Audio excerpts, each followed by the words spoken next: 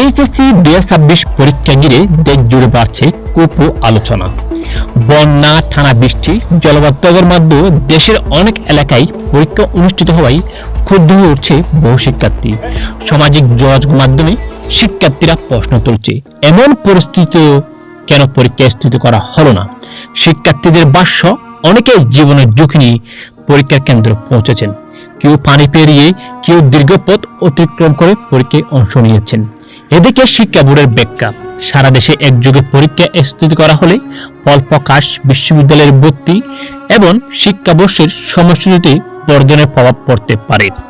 তাই পরিস্থিতি বিবেচনা করে সিদ্ধান্ত নেওয়া হয়েছে। তবে শিক্ষার্থীদের প্রশ্ন আরো জোরালো হচ্ছে, পরীক্ষার চেয়ে কি একজন শিক্ষার্থীর জীবনের মূল্য কম?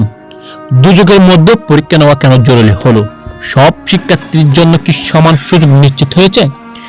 সামাজিক যোগাযোগ মাধ্যমে আন্দোলনের আহ্বান জানিয়ে বিভিন্ন পোস্ট ছড়িয়ে পড়ছে। অনেক শিক্ষার্থী পরীক্ষা সংক্রান্ত সিদ্ধান্ত দায়ী নিয়ে শিক্ষামন্ত্রীর পদত্যাগের দাবি তুলছে। তবে এই দাবি নিয়ে এখনো পর্যন্ত আনুষ্ঠানিক সরকারি সিদ্ধান্ত বা ঘোষণা আসেনি। এখন সবার নজর পরবর্তী পরিস্থিতির দিকে। শিক্ষার্থীদের দাবির মুখে কি নতুন কোনো সিদ্ধান্ত আসবে, নাকি আন্দোলন আরো বিস্তর হবে? সেই উত্তরই এখন জানতে অপেক্ষা করছে পুরো দেশের শিক্ষার্থী ও অভিভাবকেরা। এইচএসসি 2026 প্রতিটি নির্ভরযোগ্য আপডেট পেতে সবার আগে আরিফ স্টাডি 20 চ্যানেলটি সাবস্ক্রাইব করে পাশে থাকুন। ধন্যবাদ সবাইকে। আল্লাহ হাফেজ।